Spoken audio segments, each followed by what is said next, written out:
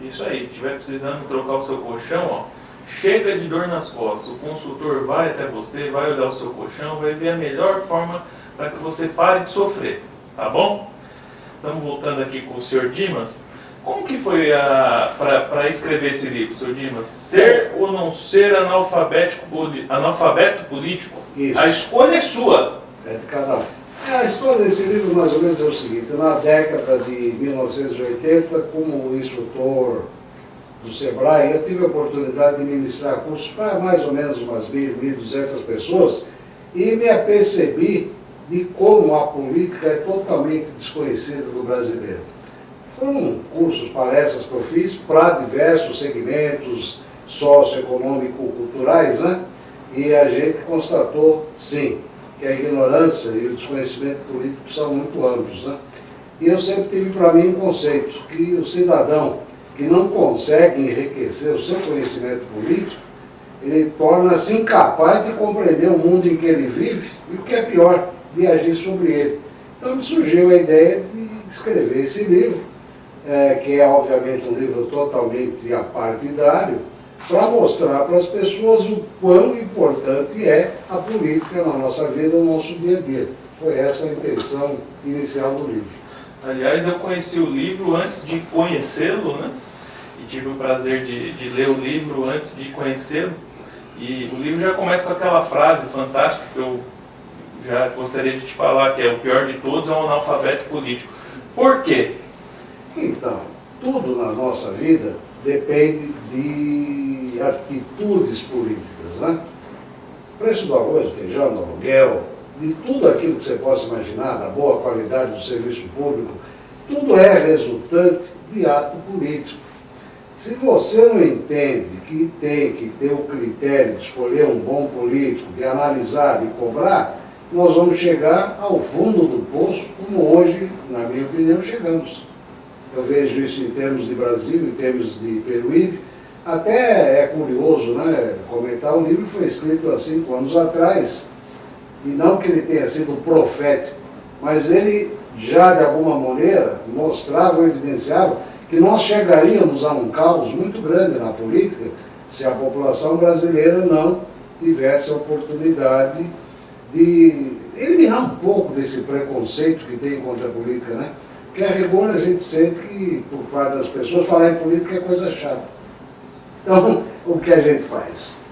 Tenta mostrar essa questão. E até, foi um pouquinho mais adiante, tem uma lei de minha autoria, que eu consegui aprovar na Câmara, Lei de Iniciativa Popular. Peraí. Isso seria da Semana de Cidadania e Consciência Política, né? Qual é a intenção dessa lei? Levar conhecimento político para aqueles que efetivamente serão capazes de mudar o rumo do Brasil. São jovens de hoje. Eu acredito demais que a mudança que a gente possa ter em termos de sociedade, de comportamento e tudo mais, depende de uma geração que está surgindo agora. Eu já ouvi dizer que o senhor é o não vereador mais atuante de Peruíbe. É verdade isso? Isso surgiu aí em termos de brincadeira, porque efetivamente essa lei é da minha autoria, foi por mim apresentada, votada, aprovada.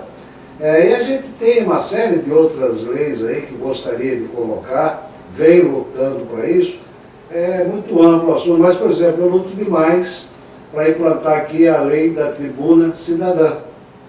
Ou seja, uma vez por mês ter uma reunião na Câmara para que a população possa dela se utilizar para se manifestar. Porque a diferença enquanto nós somos cidadãos para depois das eleições, ou seja, enquanto eleitores nós temos um tratamento, depois de cidadão temos outro.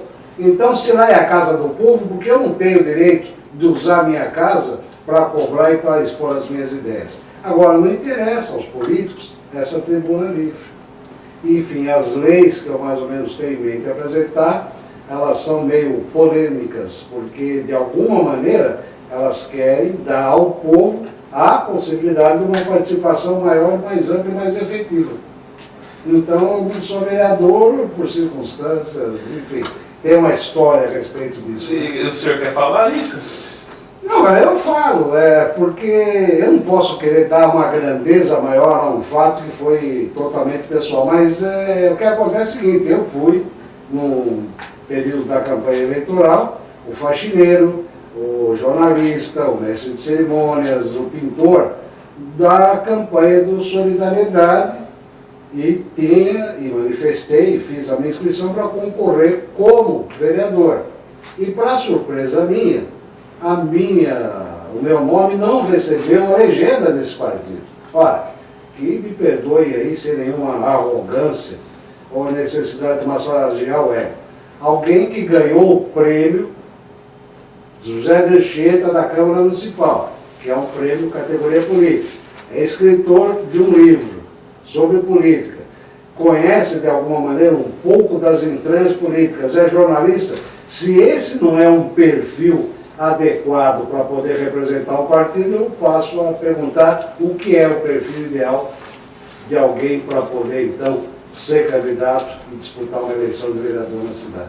Eu acho que aí foi, enfim, alguma coisa que nesse momento eu não quero tomar tempo de falar, mas é bem claro o seguinte, não interessa para a classe política ter alguém que conheça um pouco dessa engenharia e colocar o dedo na ferida. Quer dizer, para os partidos interessa assim, o leigo que baixa a cabecinha para tudo e segue aquilo que é determinado pelo partido. Não interessa para nenhum partido alguém que eventualmente tenha a minha visão, o meu conhecimento, que possa interferir em alguns outros planos e coisa do naipe. Mas como anda o relacionamento hoje em dia do senhor com o Legislativo? Então, eu, depois da eleição, não mantive mais nenhum contato nem com o candidato que eu apoiava, nem com o prefeito que foi eleito. Eu, praticamente, a única participação que eu tenho em relação ao município é integrar o Conselho Municipal de Saúde. Eu sou membro titular categoria usuários, né? Então acompanho mais de perto a evolução dos acontecimentos da área da saúde. Agora, contato com o executivo, quer seja na figura do prefeito ou vice, terminado o período eleitoral, a não ser um ou outro casual encontro, não tem assim, nenhum tipo de proximidade e relacionamento com eles, tá, galera? Esse programa está aberto, né, para qualquer membro do Legislativo, do Executivo. Nosso bate-papo é aberto e sempre vai fluir naturalmente. Agora, Sr. Dimas, como está de fato Peruíbe? Melhorou? Peruíbe mudou? Está mudando? O que eu tenho mais proximidade e intimidade é com a saúde pelo fato de ser membro do Conselho Municipal de Saúde. Então, a gente tem comentado alguma coisa a respeito e eu procuro, cada vez que eu externo um pensamento, poder dar consistência àquilo que eu afirmo, baseado em dados. Então, preliminarmente, eu digo para você o seguinte, se hoje um cidadão sente alguma necessidade de um tratamento, de uma consulta médica, ele vai seguir uma via crucis que vai iniciar no postinho do seu bairro, vai aguardar, poder ser atendido no postinho, se o médico encaminhar para exame, vai aguardar, esse médico do AME vai aguardar exame, enfim, ele vai seguir um curso que, em princípio, nunca antes de 7 meses, ele vai chegar a um diagnóstico. E certas patologias são muito complicadas, quer dizer, o que se poderia curar de imediato, transferir para depois de 7 meses, vai ser complicado. Você vai estar no alta complexidade, no média complexidade. Então, na minha visão, na minha avaliação, a saúde de Peruíbe está um lixo. Você não tem médicos do AME, já não se paga mais médicos, já estão atrasando médicos, né? Então fica aí acobertando uma série de coisas, né? Eu estou falando isso, são dados oficiais disponíveis a quem quiser. Quando a saúde dedica R$700 mil para o pagamento de alguns médicos num quadrimestre, você entender a grandeza desse número. R$700 mil é um valor equivalente a 50% da reforma da maternidade. Então, eu, na minha visão, eu acho que as coisas estão totalmente confusas. Há, obviamente, um único patamarzinho de desculpas de se dizer que estamos trabalhando com as verbas orçamentárias deixadas pelo governo anterior. Mas, na minha visão, ainda, não é só aqui em Peruíbe, no Brasil, são 20 anos que eu mexo com saúde. Não se entendeu o conceito básico de que saúde é qualidade de vida e não tratamento de doença. Então, quando eu vejo uma pessoa ficar 7 meses para esperar chegar a um diagnóstico de uma doença, muita gente vai caminhar para doenças irreversíveis, vai até poder morrer, e uma série de outras coisas que vem acontecendo na saúde. Então, na minha visão e opinião, a saúde de Peruíbe está muito mal. Dentro dessas qualificativas, dessas prerrogativas. Né? Seu Dimas, outro dia eu tive a oportunidade de estar lá no AME, inclusive eu conversei com uma moça muito simpática, Ana Paula, né? Que é a muito simpática. coordenadora. E chegamos a bater um papo e conversamos um pouco a respeito da saúde, mas o que ficou evidente na minha observação é que muitas vezes o munícipe reclama e não faz nada para que mude. O que cabe ao munícipe fazer para que mude essa situação? Eu pedi para você participar, porque a coisa mais confortável do mundo é ficar atrás de um computador postando coisas no Facebook. Então, eu aproveito para falar um pouquinho o que é o Conselho Municipal de Saúde. Ele foi instituído por lei e o Conselho Municipal de Saúde é um conselho deliberativo, ele não é um conselho consultivo. Aquilo que o conselho deliberar, por lei, cabe ao prefeito homologar. Só que a própria consistência do conselho é fragilizada. Então, o próprio entendimento dos conselheiros do que seja o conselho acaba dificultando.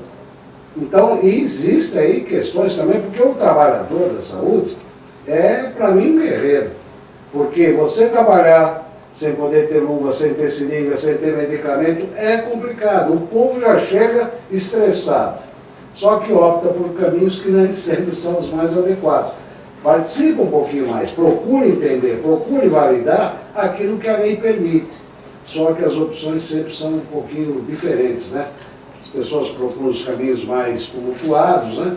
Então, voltamos àquilo que eu digo. Quando você não entende o contexto do que vive, você não interfere sobre ele, e a coisa não tem, assim, digamos, um patamar que tem um caminho para resolver as questões. Então, eu estou aqui, falamos aí, eu estou há 10 anos morando aqui em Peruíbe, são 10 anos que se fala mal da saúde. O que acontece? Será que não existe uma só cabeça nessa cidade que entenda que a saúde vai mal, que alguma coisa tem que ser feita? É lógico que existe. E existem muitas. Agora, o que acontece é que falta as pessoas se agregarem em torno de um projeto. Para não esticar muito o assunto, o que acontece é o seguinte: todo mundo aponta os defeitos. Não vi ninguém apontar uma solução. Todo mundo mete o pau, fala. Agora, vá no secretário, vá no conselho e diz: olha, está ruim esse serviço, a solução é essa. Não, isso não existe. Então, nós vivemos assim, tradicionalmente, de críticas. Aí volta aquela questão da administração, sempre trabalhamos como? Aonde eu estou, aonde eu quero chegar e aqui, o que eu preciso fazer para chegar a esse ponto. E esse trio não é praticado, ele é seccionado, fracionado na parte mais cômoda, que é meter o pau. Deixa eu perguntar uma coisa para o senhor. O senhor acha que 4 anos é um tempo suficiente para se fazer alguma coisa?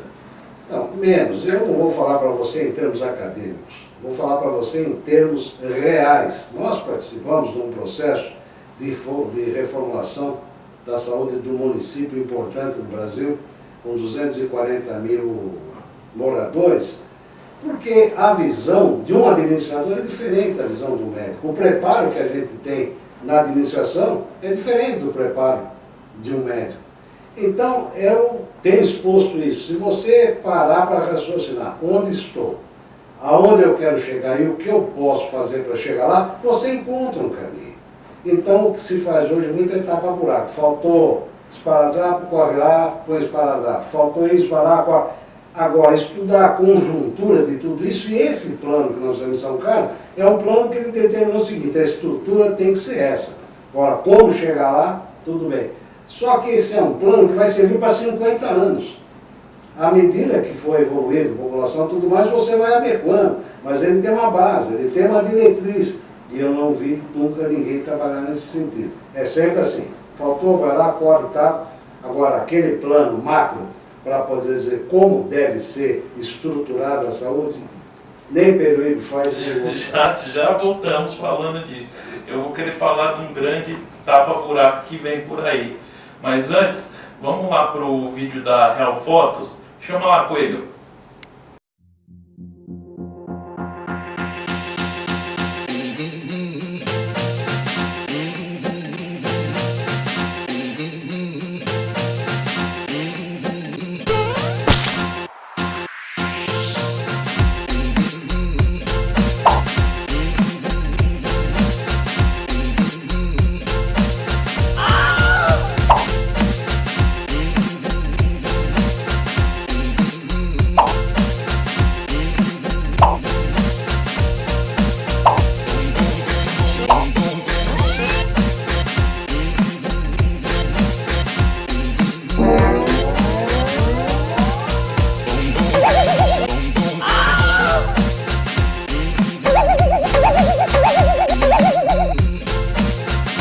Here comes the music. Boom, boom, boom, boom. I'll shoot you right down. Boom, boom, boom, boom. Boom, boom, boom, boom. I'll shoot you right down. Boom, boom, boom,